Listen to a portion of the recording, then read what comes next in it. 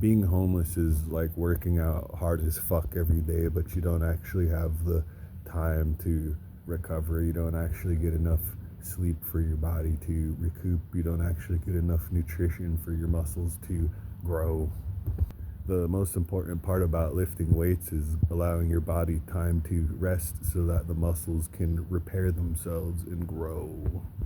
And we could be using this analogy for everything in the world right now. The entire world's muscles are taxed, and the real growth is going to happen anywhere in the world when people fucking stop and allow themselves to recover, recuperate, repair, reset.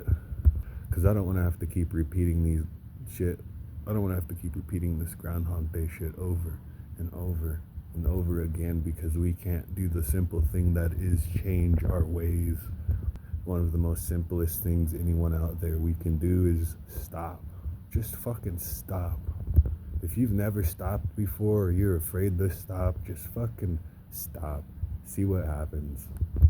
Sometimes it's not about, pushing yourself to work 80 hours a week so that you can pay your bills. It's about quitting that fucking job and leaving all of those things behind and fucking realizing I don't need all of this. I don't need to keep consuming more and fucking more and buying bigger things and better things. One thing that hard work doesn't do is lead to success. The truth is, what leads to success is consistency. Because there's a lot of people out there who work hard as fuck, but they're not consistent. And there's a lot of people out there who are consistent, but they're not working hard as fuck. The people who are consistent, showing up every day, America really does need a break. And I'm saying take a break for the holidays, man. Instead of paying your bills 1st of December, pay those bills 1st of January. See what happens.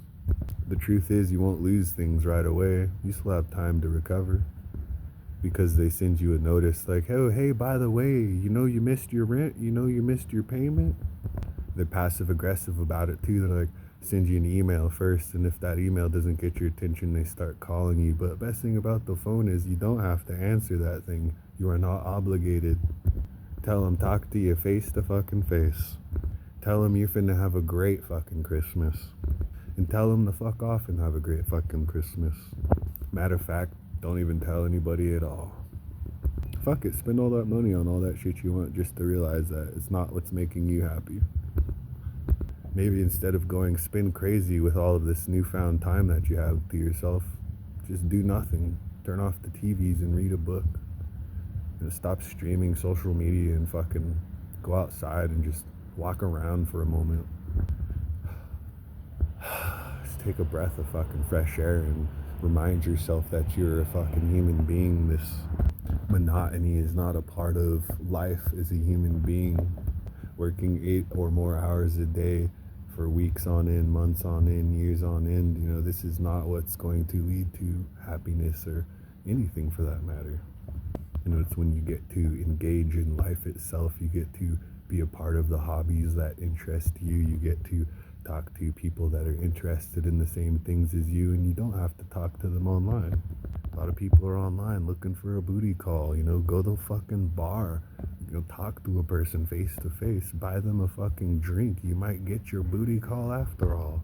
But this freaky deaky shit of, send me a picture of your pussy. I don't even want to fuck you, I just want to jack off to a picture of your pussy. Me personally, I'd rather be balls deep. You could be looking at a fucking vagina in real life, man. You could be like poking and prodding at a vagina in real life, not tapping on one on a screen, zooming in and zooming out. Instead of all this, look at the way her clitoris is shaped. Look at the way her breasts are shaped. Look at the way her labia are shaped. Indulge and appreciate in the fact that a woman has a body, man. Stop narrowing it all down to such simple things. It's like, are you a breast man, an ass man, or a fucking leg man? And to tell you the truth, I like these women head to toe and everything in between. Just imagine how easy it was to take care of a woman back in the day. It's like, oh, I got a teepee, come on in. Oh, I got all these animal skins, you can wear one. Oh, I got this animal meat, you can eat it. We got this fresh water, you can drink it. We got these natural perfumes, you can wear them. And they made them out of things in their environment. Everything was entirely self-sustainable. You know, you didn't have to pay for things back in the day, you just had to hunt them. You didn't have to pay for things back in the day, you just had to fish for them. You didn't have to pay for things back in the day, you simply had to gather them off of the trees. And they knew exactly what was edible and what wasn't edible. You know, and there's certain substances, you know, here in America that have been abused, like salvia, and people take these substances and they're like, never again, that was way too crazy. Never understanding that the way that they had used it traditionally back in Mexico was they would pick fresh leaves off of the salvia plant. They would put those leaves in their mouth and they would chew the salvia plant. And they would swallow the saliva and the salvia juices. And they'd sit in a nice dark room and they'd contemplate. It wasn't, we're gonna smoke 5,000x fucking salvia, have this insane psychedelic experience. Even something like ayahuasca compared to DMT, it's night and day. One is a little bit more slower to onset and you have somebody guiding you through this the entire time. You know, the other's right in your fucking face and it's completely disorienting and it's confusing, and it wouldn't even matter if somebody tried to explain what was happening to you. You would not have the ability to process it. Even something like tobacco back in the day, it wasn't smoked in the form of cigarettes where people are chain smoking. This was ceremonial stuff.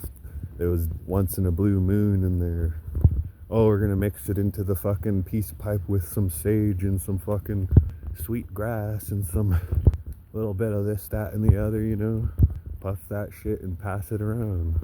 Not this shit in modern day where it's been turned into this addiction where people are fiending for it. And it turns into another addiction that, you know, fuels another industry, the vaping industry. I'm gonna quit cigarettes, so I'm gonna pay more money to buy a vape. Well, if you're gonna quit smoking, could we at least sell you an alternative that's not even as healthy? It's not healthier, people, it's just as bad. Okay, take my money. Smoking is icky. Why don't you get yourself one of these Juuls? It'll make you hot as fuck. And yeah, in a way, some women out there, they don't like the smell of cigarettes. They don't like the smell of cigars. So these men out there, they get themselves a fucking Zyn. They get themselves a Juul.